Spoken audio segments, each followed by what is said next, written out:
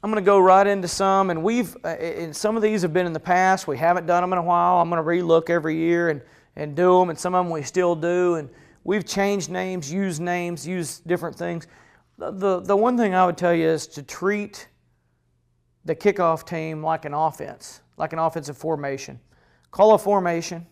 You know, we've got, in our terminology, it's different. We've got ace, Rick, Lex. It's, you know, a spread set, a trip set to one side, which is an overload to one side to the left, or an overload right.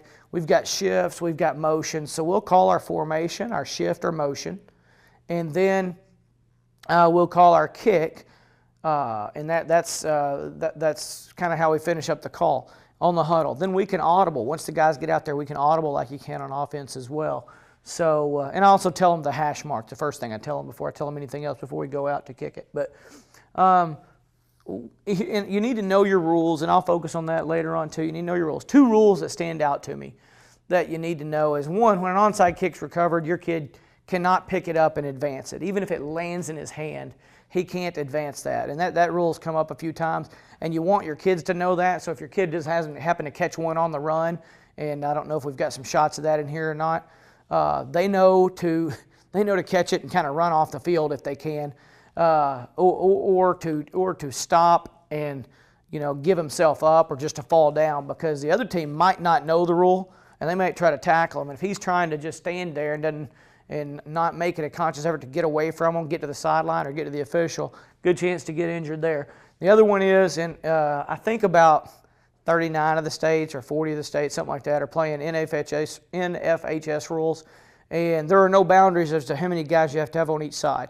Coached in Texas for a while, I know that there are there. You have to have 4 on each side of the ball. There are in some of the other states, but there aren't here, so you'll see some different things there. So we'll have times we have 8 guys on one side of the football. We've got our base kickoff. We've got certain kickoffs that are our go-to, our fundamental ones, and then everything else we do. I'll show you several of these along the ways. We have super, and that's when we line up one way and we swing everybody over to the other side. That's super.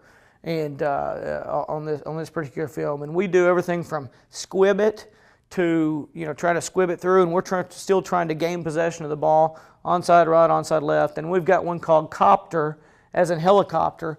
And when we get to that one, I'll show you what we're doing with the ball on that one. For the most part, though, when we kick a football on an onside, you know, we just tell, like everybody else, 3/4 when it's a regular onside kick, 3/4 of the way up the football and kick it pretty hard.